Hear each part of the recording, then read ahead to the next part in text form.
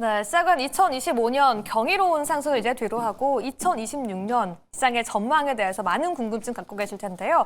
앞으로에 대한 전망, 시장의 큰 그림 함께 그려보도록 하겠습니다. 오늘 함께 하실 분은 이경민 대신증권 리서치부장 만나보겠습니다. 안녕하십니까? 예, 안녕하십니까? 네. 네, 많은 분들이 그래서 결국 2026년 한 해 어디까지 오를 수 있을지에 대한 궁금증이 가장 클 것 같은데요.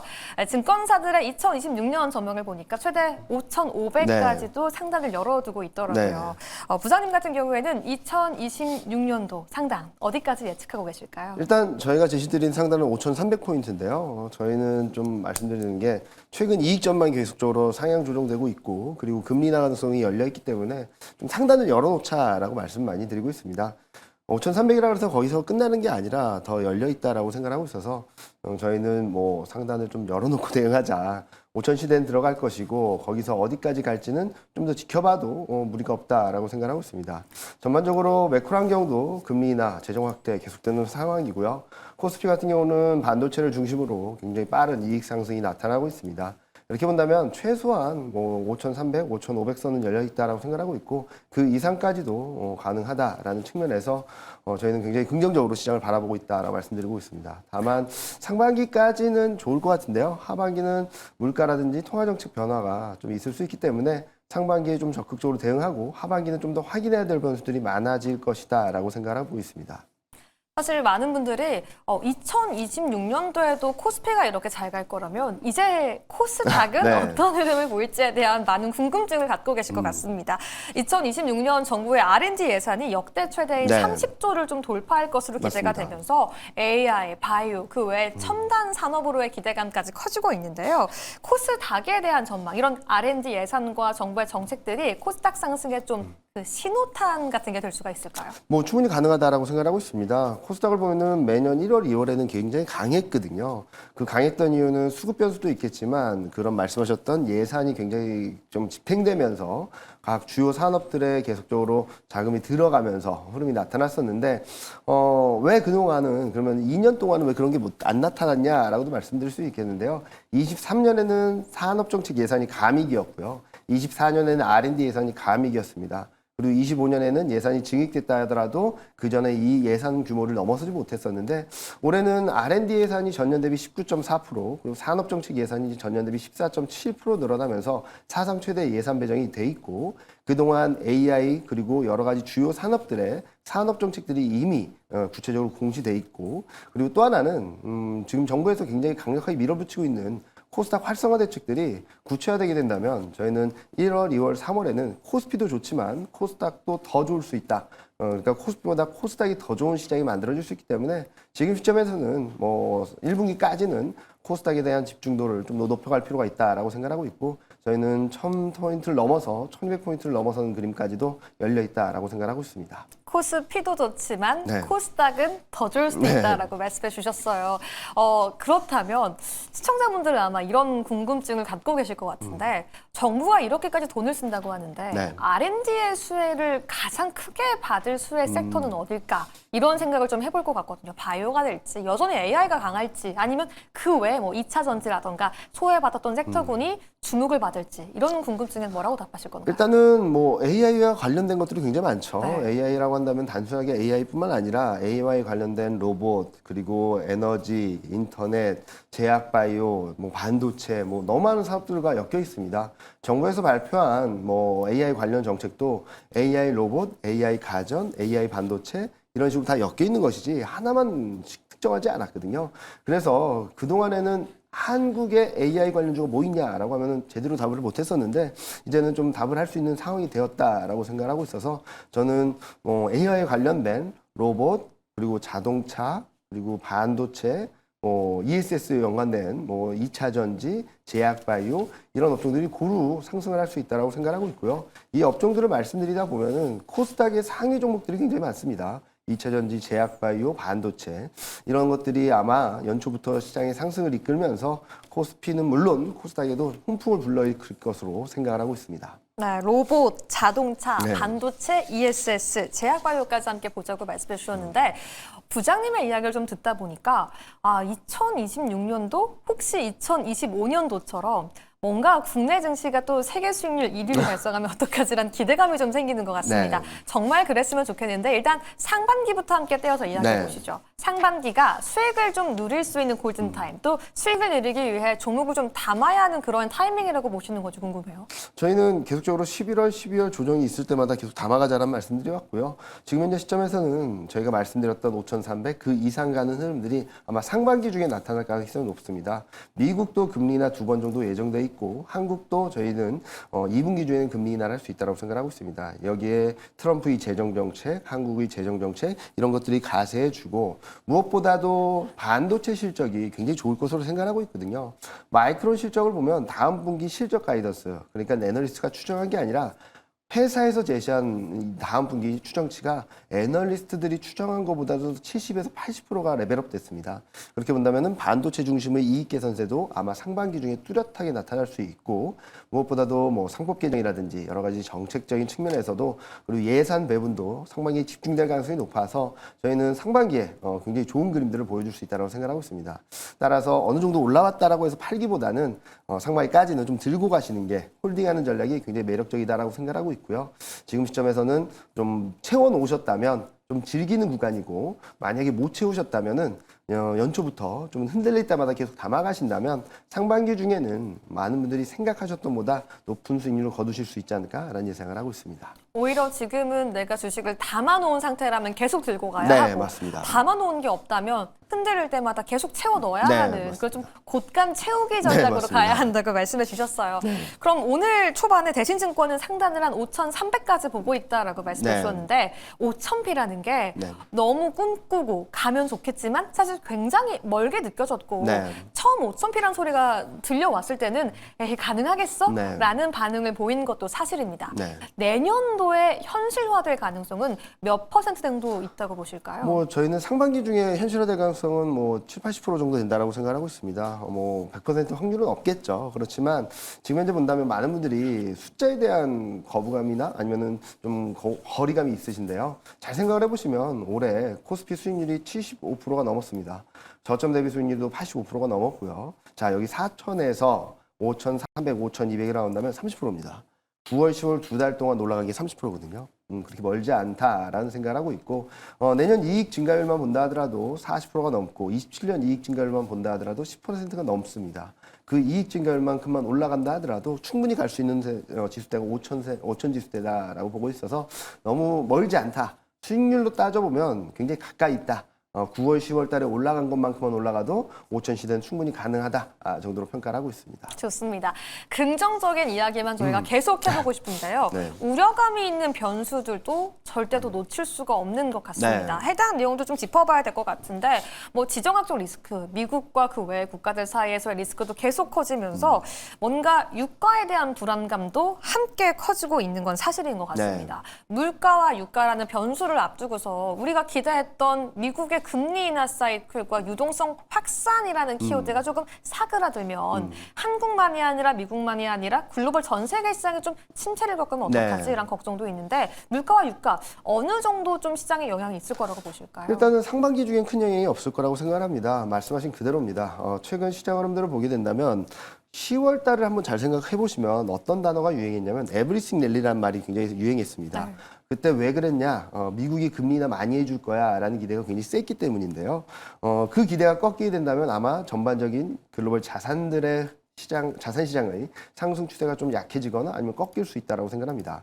저희가 예상하기로는 11월 CPI가 크게 둔화된 만큼 아마 상반기 중에는 물가 압력이 크지 않을 거라고 생각하고 있고 그에 따라서 경기가 불안정해지는 만큼 금리가 더 많아지기 때문에 상반기엔 큰 리스크가 없다라고 보고 있지만 하반기 미국 경기가 살아나고 중국 경기도 웬만큼 올라오고 유럽 경기도 살아나게 되는 가운데 그러니까 수요가 전반적이 올라오는 가운데 저희가 예상하기로는 11월 중간 선거를 전후로 해서는 유가 통제력이 약해지거나 아니면 사우디의 증산이 좀 주춤해질 가능성이 높다라고 보고 있어서 유가가 70에서 80달러까지 갈 수 있다고 보고 있거든요. 그럼 유가 상승률만으로도 전년 대비 30%가 넘기 때문에 아마 하반기에는 가장 큰 변수가 유가 레벨이 어디까지 갈 것인가, 그로 인해서 물가 상방 압력이 얼마나 커질까라고 보시면 될 것 같습니다. 그렇다고 해서 무조건 연준이 금리 인하 사이클을 종료한다는 건 아니겠죠. 일단은 신임 연준 의장이 5월 달에 취임을 하고 6월 FOMC에서 어떤 스탠스를 보여주는지가 중요하다고 생각합니다. 계속 금리 인하할 거야. 그러니까 물가 레벨이 그렇게 높지 않아서 우리는 적극적으로 금리 인하할 겁니다라는 시그널을 던져주게 된다면 추세적인 상승을 좀 더 이어갈 수 있겠다라고 보고 있지만 만약에 생각했던 것보다 유가라든지 물가 레벨이 많이 높아져서 연준의 스탠스도 좀 긴축적으로 전환을 하게 된다면 변동성이 커질 수밖에 없거든요. 따라서 저희는 하반기를 무조건 나쁘다라고 말씀드리기보다는 물가 레벨, 유가 레벨, 그로 인한 신임 연준 의장과 연준의 통화정책 스탠스가 어떻게 변할지를 주목해서 봐야 된다. 그 스탠스가, 연준 스탠스가 긴축적으로 전환된다면 좀 변동성이 좀 조심해야 될 것이고 여전히 완화적으로 가게 된다면 조금 더 상단을 열어놔도 되겠다 정도로 정리를 할 수 있을 것 같습니다. 쉽게 요약해보자면 상반기는 큰 걱정이 없다. 네, 맞습니다. 우리가 지금 좋게 보고 있는 섹터와 좋게 보고 있는 종목들에 대해서는 계속해서 상반기도 수익의 상승을 좀 기대해 볼 수 있지만 네. 하반기 뭔가 유가의 상승, 물가에 대한 우려, 긴축에 대한 기조가 이어진다면 뭔가 물가 상승 시 비용을 전가할 수 있는 섹터라던가 유가 맞습니다. 상승이 오히려 호재가 될 수 맞습니다. 있는 기업들을 좀 저희가 먼 이야기지만 네. 찾아보는 것도 나쁘지 않을 수 있겠다 이런 생각이 들더라고요. 네, 맞습니다. 좋습니다. 상반기까지는 긍정적인 시장을 함께 점검해 보고 싶은데 많은 분들이 이런 생각도 해보실 것 같아요. 오히려 2026년도 시장이 잘 간다고 하더라도 삼성전자, SK하이닉스, 반도체 투톱만 가는 시장이라면 나의 포트폴리오를 뭔가 2026년 근본적으로 재편해야 하나 이런 고민도 해보시지 않을까요? 일단은 삼성전자 하이닉스, 그러니까 반도체가 끌어가는 시장은 어쩔 수 없습니다. 네. 이익 개선의 한 90% 이상을 반도체가 끌고 가고 있는 상황이라서 반도체의 주도력 그리고 압도적인 상승을 끌어가는 힘 분명히 인정하고 가야 되고 그 두 종목을 좀 꼭 들고 와야 된다라고 생각하고 있습니다. 다만 25년보다는 좀 쏠림 현상이 좀 완화될 수 있다고 보고 있거든요. 25년에는 이익 전망 추이를 보면은 이익 전망이 상향 조정될 경우 많아봐야 8, 9종목 8, 9개 업종, 적으면 4, 5개 업종이었는데 26년 이익 전망을 보면 16개 업종이 상향 조정되고 있고요.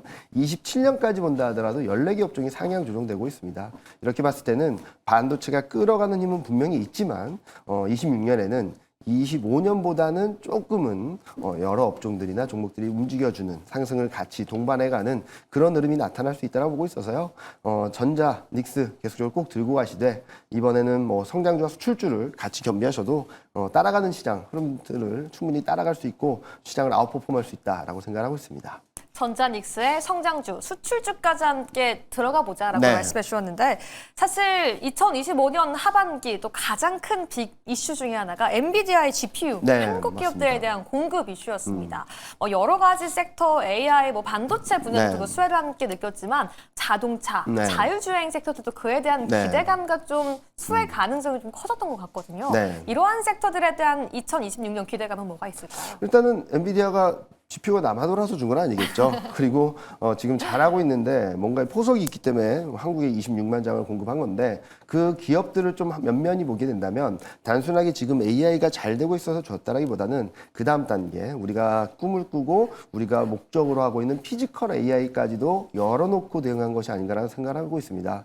그 기업들의 면면을 보면은 가전, 반도체, 자동차, 자율주행차, 그리고 로봇, 그리고 제약바이오까지 포석을 깔아놓은 상황이라서 그동안 한국 기업 중에 AI 관련주가 뭐가 있냐라고 하면 제대로 답을 못했던 상황에서 지금은 많은 제조업 분야에서의 피지컬 AI로까지 확산되는 과정들이 한국에도 충분히 수혜가 될 수 있다라는 그림을 열어줬다라고 생각하고 있습니다. 특히 CES가 이제 조만간 펼쳐지게 되는데요. 여기서도 로봇이나 이런 여러 가지 피지컬 AI에 대한 가시성을 보여줄 수 있기 때문에 제조업 분야, 특히 자율주행, 로봇, 그리고 뭐 제약바이오 이런 한국이 잘하는 업종들 그런 산업들의 수혜가 가능성이 높아졌다는 측면에서 굉장히 긍정적으로 판단을 하고 있고요. 아마 26년에는 그런 쪽의 흐름들이 굉장히 적극적으로 긍정적으로 나타나지 않을까라는 예상을 하고 있습니다. 네, 라스베가스에서 열린 2016 CES에서 이제 현대차가 보여줄 아틀라스의 맞습니다. 고조명 라이더가 들어가는지 네. 어떤 모습을 보이는지에 대한 관심도 굉장히 커지고 있습니다. 요즘 현대차 부품 관련주도 자율주행 또 로봇주 맞습니다. 섹터로 꼽히다 보니까 많은 분들이 이런 이야기가 많이 들려오고 있어요. 포드도 자율주행, 뭐 전기차를 좀 포기한 현 시점에 네. 테슬라 다음 2위가 현대차가 될 수도 있겠다. 네. 이런 전망에 대해 좀 동의해 보실까요? 뭐 충분히 가능한 스토리라고 네. 생각하고 있습니다. 자율주행차가 어디까지 갈지에 대해서는 좀 더 지켜봐야 되긴 하겠지만 지금 보스턴 다이내믹스라는 전 세계에서 가장 기술력이 높다라고 하는 기업을 보유하고 있거든요. 그렇게 본다면은 상용화되는 과정에서는 좀 앞서 나갈 수 있다라고 생각하고 있고 로봇 분야에서요. 그런 것들을 여러 가지 자동차가 접목을 하게 된다면 충분히 테슬라를 따라갈 수 있는 여력은 충분히 있고 능력은 충분히 있다라고 생각하고 있습니다. 특히 밸류에이션이나 이런 것들이 충분히 매력적이고 여전히 6배 정도밖에 안 되고요. PER이. PBR은 0.6배 정도밖에 안 되는 상황이라서 밸류에이션 매력까지 감안해서 본다면 그리고 배당까지 감안해서 본다면 아마 26년에는 생각보다 좋은 모습들을 충분히 보여줄 수 있고 관련 부품주들도 계속적으로 주목받을 수 있겠다라는 전망을 드리고 있습니다. 그럼 현대차가 더 매력적인가요? 뭐 자율주행 관련주가 매력적인가요? 부품주가 더 매력적인가요? 뭐 종목마다 다르고 네. 뭐 여러 가지 다르긴 하겠지만 일단은 CES에 참여하는 기업들을 좀 보셔야 될 것 같고요. 네. 여러 리포트들을 보시면은 로봇 관련된 밸류체인들에 대한 기업들을 좀 리스트업 드린 부분들이 많을 거예요. 그 중에서도 실적이 어느 정도 탄탄하고 보여지는 것들. 실적을 왜 자꾸 말씀드리냐면은 올해 상반기, 25년 상반기까지만 하더라도 정책에 대한 기대가 시장을 끌어갔다면 25년 9월, 10월 달에 급등하는 과정을 보면은 실적이 확실히 올라가는 쪽들이 많이 강했습니다. 12개월 선행 EPS가 급등을 하면서 코스피 30% 상승을 이끌었는데 실적을 끌어갔던 전자 닉스가 이끌었던 것이죠. 지금은 실적에 대한 부분들을 계속적으로 체크를 하시고 계속적으로 업데이트를 하시면서 실적이 뒷받침되는 여러 가지 산업 관련주, AI 관련주들을 계속적으로 주목하실 필요가 있다라는 생각을 하고 있습니다. 좋습니다. 그렇다면 시청자분들이 2026년 가장 기대하고 궁금해하는 그 두 종목에 한번 다시 초점을 맞춰보도록 네, 하겠습니다. 누가 뭐라 그래도 삼성전자와 SK하이닉스가 아닐까 싶은데요. 내년 합산 영업이익이 2026년 200조 원을 육박할 거란 증권사들의 네. 리포트가 나오고 있습니다.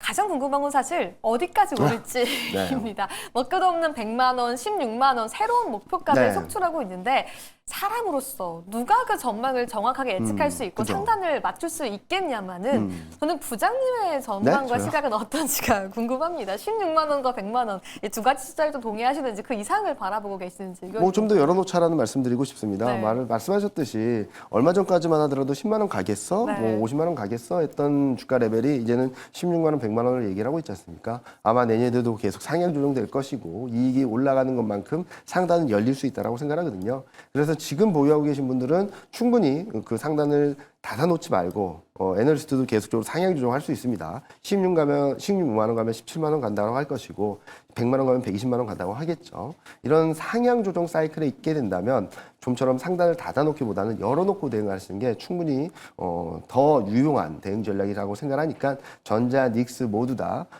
지금 목표 주가가 얼마니까 여기까지 가겠구나라기보다는 어디까지 상향 조정되나 보자라는 것들을 좀 주목하실 필요가 있겠고요. 앞서 말씀드렸던 유가나 물가 레벨, 통화정책 스탠스에 따라서 상반기에 충분히 올랐다면 좀 정리를 할지 아니면 더 끌고 갈지 좀 그런 때 타이밍을 제일 뿐이지 상단을 예단하고 거기서 자를 필요는 없다라고 생각하고 있습니다.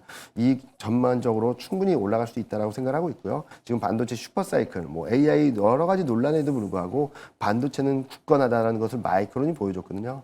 마이크론이 3등입니다. 1등, 2등 기업들이 그보다 더 좋으면 좋았지 나쁘진 않을 거라고 생각하고 있고 지금 그런 흐름들이 전개되고 있는 상황에서 쉽게 예단을 하지 말자. 상단을 충분히 열어놔도 대응할 수 있다라는 말씀을 드리고 싶습니다. 삼성전자와 SK하이닉스의 상단은 충분히 열어놔도 된다라고 말씀해 주셨는데 네. 2025년 한 해 조금 아쉬웠던 게 3분기부터 투톱은 오였는데 네. 장비주들에 대한 수준은 언제 나오냐. 네. 물론 삼성전자, SK하이닉스처럼 옛날 오히려 빅테크 기업들이 이렇게 말로만 내가 나중에 잘 살게 했다가 배신당했던 경험이 워낙 많기 때문에 생각보다 2025년 한 해에는 장비에 대한 발주와 수주가 없어서 아쉬웠는데 맞습니다. 네. 2026년 초반에는 본격적인 수주 공시가 나올 수 있다는 전망도 있더라고요. 네. 정말 현실화될 수 있을까요? 뭐 그렇게 되면 반도체 사이클이 정점을 지나고 있다는 시그널이 될 수도 있기 때문에 소재주들이나 장비주들이 움직이게 된다면 아마 그때가 전자닉스의 정점을 통과하는 과정이 아닐까라는 생각을 하고 있습니다. 무슨 말씀을 드리냐면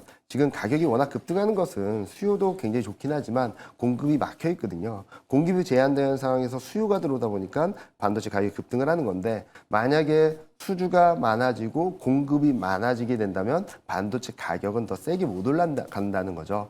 만약에 그런 그림들이 나오게 된다면 반도체 닉스, 그러니까 전자와 닉스로 수익이 났던 부분들을 소부장 쪽으로 좀 움직여도 되겠죠.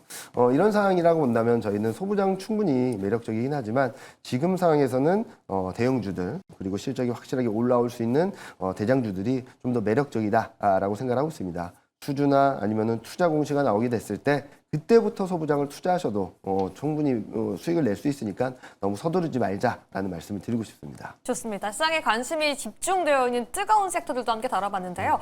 마지막은 조금 차가울 수 있는 섹터에 대한 전망도 네. 한번 여쭤보도록 하겠습니다. 사실 시장에서 분명히 매분기 기대감이 있었지만 4분기를 기점으로 조금 차가워졌던 섹터가 2차 전지, K푸드, 화장품, 뭐 조방원의 일부 섹터일 것 네. 같은데 이러한 섹터들 같은 경우에는 2026년 주가의 상승 기대해봐도 괜찮을까요? 일단은 해외 매출 비율이 높고 성장 기대감이 있는 것들은 괜찮다라고 생각합니다. 2차 전지 같은 경우는 최근 조정이 있었지만 저점 대비 80% 상승을 한 뒤에 조정이라서 저희는 이번 조정이 좀 비중 확대 기회라고 생각하고 있고요. 실적 턴어라운드, 밸류에이션 매력, 그리고 무엇보다도 ESS에 대한 수요가 충분히 있다라고 생각하고 있고요.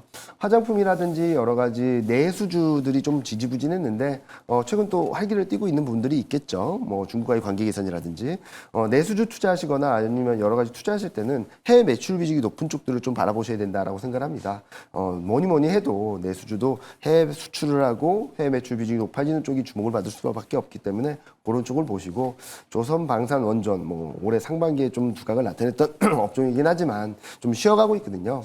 조선 방산은 수주 모멘텀 계속될 수 있다라고 보고 있는 가운데 원전 같은 경우는 수주 공시가 나왔을 때 한국 기업이 어느 정도 수혜를 받을지 얼마나 수주를 받을지 좀 확인할 필요가 있다라고 보고 있어서 전반적인 좋은 흐름이 나타나긴 하겠지만 기존의 강세를 보였던 만큼 센 흐름은 좀 어렵지 않을까라는 생각을 합니다.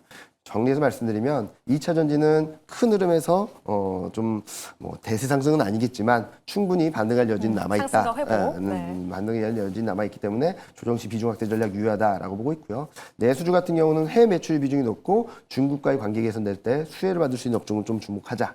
조선 방산 원전 같은 경우는 그동안의 상승을 기대하기는 어렵겠지만 코스피를 따라가는 흐름은 나타날 수 있는데 수주 모멘텀이 확보될 수 있는 조선 방산이 좀 더 매력적이다라는 정리를 할 수 있을 것 같습니다. 좋습니다. 2026년 한 해에 대한 전망 주요 섹터별로 함께 세워봤는데요. 오늘 함께해 주신 대신증권 리서치센터 부장 이경민 부장님 다시 한번 좋은 말씀 감사드립니다. 감사합니다.